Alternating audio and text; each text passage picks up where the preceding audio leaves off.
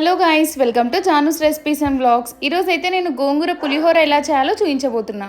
Pan heat అవ్వగానే శనగపప్పు, మినప్పప్పు, మెంతులు, జీలకర్ర, మిరియాలు వేసి లైట్గా ఫ్రై అయిన తర్వాత ఎండుమిర్చి హాఫ్ స్పూన్ దాకా ఆయిల్ కూడా వేసుకొని ఫ్రై చేసుకొని పక్క పెట్టుకోవాలి. అవి చల్లారాక గ్రైండ్ చేసి పెట్టుకోవాలి. తర్వాత ప్యాన్లో ఒక 2 స్పూన్స్ దాకా ఆయిల్ వేసుకొని గోంగూర వేసి బాగా ఫ్రై చేసుకోవాలి. గోంగూర అంతా కూడా ముద్దగా అయ్యేదాకా బాగా ఫ్రై చేసుకోవాలి.